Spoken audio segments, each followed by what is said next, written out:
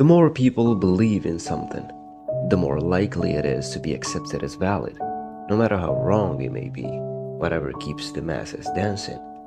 It is the danger of mistaking consensus for truth. It is those few who dare to see beyond the veils of collective delusion that come closest to the truth.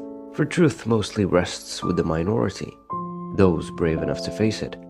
The majority, however, settle for a level of despair they can tolerate and call that happiness. It's a popular lifestyle choice. This form of despair is a sign of not being who they truly are, or living as they wish to be, regardless of any number of superficial accomplishments. The doors to happiness open inwardly. 80% of success is showing up. I would say Woody Allen describes it more or less accurately, at least in the conventional or practical sense. But Kierkegaard, however, might just roll his eyes at that one, because he believed that true success comes from living authentically, making choices based on personal values and faith rather than societal expectations. His idea of the leap of faith suggests that success is found in the courage to follow one's own path, even if it goes beyond conventional norms.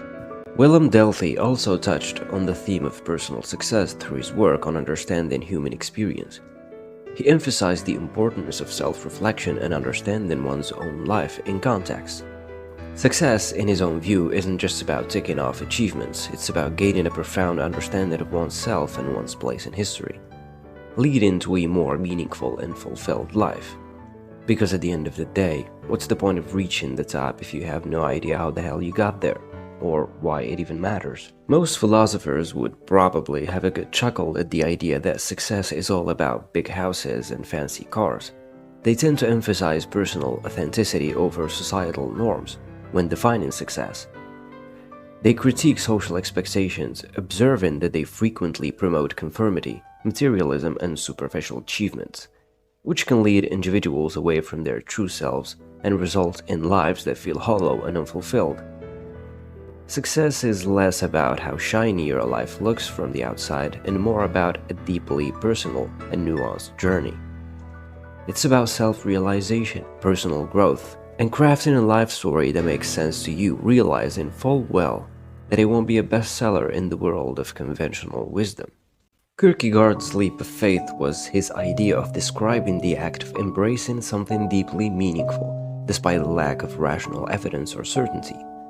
According to him, life's most important decisions, those that define who we are and how we live, cannot be made solely through logical reasoning. Instead, they require a passionate, subjective commitment. Fear and Trembling. In this work, Kierkegaard explores the biblical story of Abraham's willingness to sacrifice his son Isaac. Despite the absurdity and moral conflict it presents, it exemplifies the ultimate leap of faith. Abraham's act is not based on logic or ethical reasoning, but on an absolute trust in God, even when that trust defies human understanding. Kierkegaard uses this story to illustrate how true faith, and by extension true success in life, often requires a leap into the unknown, a commitment that transcends rationality and societal norms.